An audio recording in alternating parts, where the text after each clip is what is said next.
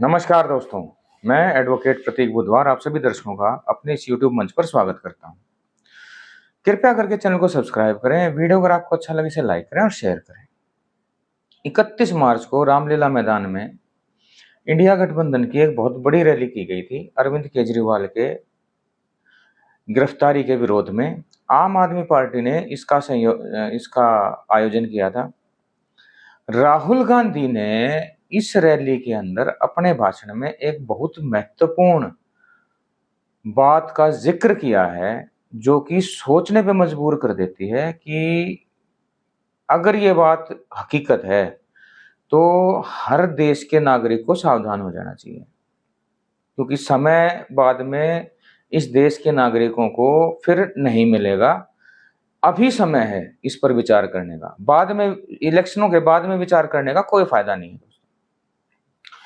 राहुल गांधी ने कहा है कि मैच फिक्सिंग के कारण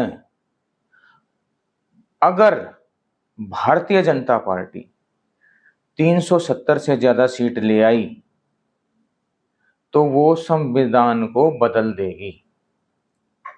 ये बात काफी हद तक उन्होंने ठीक कही है, क्योंकि संविधान के अंदर संशोधन के लिए 2/3 बहुमत चाहिए और 50% राज्यों की स्वीकृति चाहिए उस संविधान के संशोधन के ऊपर। अभी भारतीय जनता पार्टी पिछले 2 टर्म में इस हालत में नहीं थी कि संविधान में चुनावों को लेकर के कोई संशोधन करे। कुछ ऐसे संशोधन हो सकते हैं कि जो वन मैन पार्टी या वन मैन शो की तरफ इस देश को ले जाएं। कुछ ऐसे संशोधन हो सकते हैं जो भारत को चाइनीज गवर्नमेंट के दिशा में, चाइनीज गवर्नमेंट से प्रेरित होकर के कुछ संशोधन हो सकते हैं। ये अभी अंदाजा ही लगाया जा सकता है, इसके ऊपर अभी तक कोई ऐसी बात नहीं आई है। लेकिन एक सांसद जो कि भारतीय जनता पार्टी के टिकट पे लड़ रहे हैं, उन्होंने कुछ दिनों पहले एक वक्तव्य दिया था जिसके अंदर की उन्होंने कहा था कि 400 सीट आते ही भारतीय जनता पार्टी की सरकार संविधान को संशोधित करेगी, देश के संविधान को। अब देखने वाली बात यह है कि 10 साल का कार्यकाल इस सरकार का हमें क्या संकेत देता है। 10 साल का कार्यकाल इस सरकार का यह संकेत देता है कि इस सरकार को नागरिकों के मौलिक अधिकारों की कोई चिंता नहीं है। सबसे पहली बात, फंडामेंटल राइट्स को यह सरकार कतई नहीं मानती। उनसे 36 का आंकड़ा है इस सरकार का। इस सरकार की जितनी भी गतिविधियां हैं वो नागरिकों के मूलभूत अधिकार, फंडामेंटल राइट्स के विपरीत दिशा में जाते हुए दिखाई देते हैं। दूसरा, इस सरकार की जो हमने देखी है पिछले 10 सालों में, जो ये बोलती है, जो ये दिखाती है, जो ये कहती है, वो ये करती नहीं है, और जो ये नहीं कहती है वो जरूर करती है। अपने भाषणों में, अपने वक्तव्यों में प्रधानमंत्री बड़ी बड़ी बातें करते हैं, लेकिन जब वो काम करने पे आते हैं तो वो ऐसे काम करते हैं जिससे कि जिस कार्यों को अगर हम ध्यान से देखें तो वो कहीं ना कहीं इकोनॉमी पे ही बुरा असर डालते हैं देश की, और देश की जनता के विपरीत कहीं ना कहीं दिखाई देते हैं। जैसे कि इस 10 साल के कार्यकाल में इस देश के ऊपर जितना कर्जा आजादी के बाद अब तक सारी सरकारों ने मिलकर कर्जा लिया था, उससे 4 गुना हो चुका है वो कर्जा। 54 लाख करोड़ पे 2014 में सरकारें छोड़ के गई थी इनके लिए, अब 2.25 लाख करोड़ के नजदीक वो कर्जा पहुंच चुका है 10 साल में। ये दिखाता है कि ये कर्जा कोई प्रधानमंत्री के ऊपर नहीं चढ़ा है, ये कर्जा जनता को ही उतारना पड़ेगा अपने टैक्स के पैसे से। टैक्स या तो बढ़ाने पड़ेंगे या फिर इस कर्जे को उतारने के लिए, इसका ब्याज चुकाने के लिए, इंटरेस्ट पे करने के लिए एक बड़ा हिस्सा जो जनता के काम में लगना चाहिए बजट का पैसा, वो बजट का पैसा इसके इंटरेस्ट में चला जाएगा, इसके ब्याज में चला जाएगा।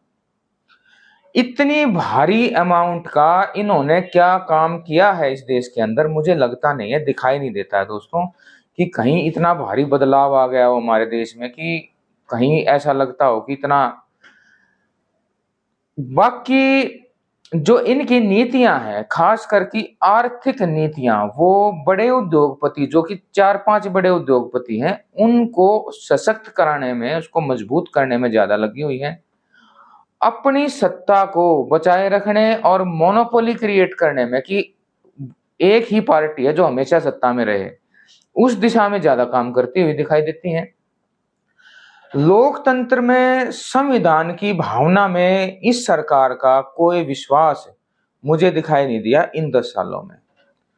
लोकतंत्र के अंदर कतई विश्वास नहीं है। जनता की आवाज का, जनता के मतों का, जनता की भलाई के लिए या जनता की बेहतरी के लिए ऐसा कोई काम दिखाई नहीं दिया जो इस 10 सालों में इस सरकार ने किया हो। तो दोस्तों, एक वोट देने का अधिकार जनता के पास है, अदरवाइज मेरे को नहीं लगता कि देश की जनता के पास कोई और अधिकार ऐसा विशेष है जो कि जनता जिसके ऊपर ये महसूस करे कि हाँ, हम परिवर्तन लेकर के आ सकते हैं। हम वोट के द्वारा ही परिवर्तन लेकर के आ सकते हैं। वही अगर कमजोर कर दिया गया, कल को अगर मान लीजिए वही अगर दबा दिया गया या उसको इस तरह से कर दिया गया जैसे कि चीन में, रूस में है कि वोट देने का अधिकार तो है लेकिन वो उस अधिकार का कोई फायदा ही नहीं है दोस्तों। अगर इस तरह की कोई स्थिति पैदा हो जाती है कि विपक्ष को बिल्कुल खत्म कर दिया गया या विपक्ष को बिल्कुल निस्तो नाबूद कर दिया गया या विपक्ष रहा ही नहीं, तो आने वाला भविष्य इस देश का अंधकार के अंदर पूरी तरह से डूब जाएगा। ये मेरा मानना है दोस्तों ये। और राहुल गांधी का ये स्पष्ट संदेश है देश को कि ये हालात पैदा हो सकते हैं अगर हमने अपने मत का सही उपयोग इस बार नहीं किया तो। अपने मत का सही उपयोग करना इस बार बहुत जरूरी है। राहुल गांधी के अनुसार ये 2024 का चुनाव आम चुनाव नहीं है, ये लोकतंत्र को बचाने का चुनाव है। ये अपनी आजादी को सुनिश्चित करने का चुनाव है। ये एक ऐसी सत्ता से लड़ाई है जो सत्ता हर हाल में कुर्सी से चिपके रहना चाहती है किसी भी तरह से, चाहे उसे किसी तरह का बल ही क्यों ना प्रयोग करना पड़े, चाहे किसी विपक्ष को खत्म ही क्यों ना करना पड़े। इस तरह की सत्ता है दोस्तों ये। तो दोस्तों, बाकी ये तो राहुल गांधी का वर्जन है।